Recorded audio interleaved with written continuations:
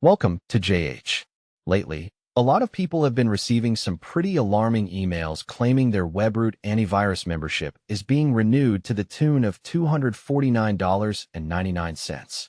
Because nothing says premium service, like a surprise $250,000 bill for software you probably haven't thought about in years. To make it even more charming, they include a scary phone number for you to call. If you're wondering whether this is real or just another scam, let me save you the suspense. It's definitely the latter.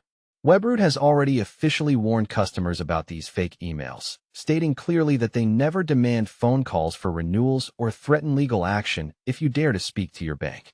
That's a massive red flag right there. Another dead giveaway is the sender's address. These emails often come from random Gmail accounts or even pretend to be sent from your own name. Apparently, the scammers think we'll believe a multi-million-dollar tech company has downgraded to using official_support_123@gmail.com to handle their billing. The content of the email is where the comedy really begins.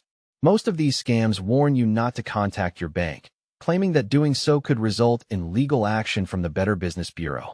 It's a classic scare tactic designed to keep you from checking your actual balance. Those brave enough to call the number are usually asked for credit card details or even remote access to their computer, which is essentially the digital equivalent of handing a masked stranger your house keys and your social security number. So, is this Webroot renewal email legit? Absolutely not. Between the fake addresses, the threatening tone, and the desperate pressure to call a random number, it is 100% a scam.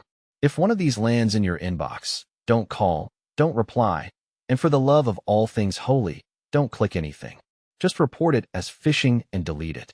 Stay safe out there. Thanks for watching till the end, and subscribe for more scam alerts and tips.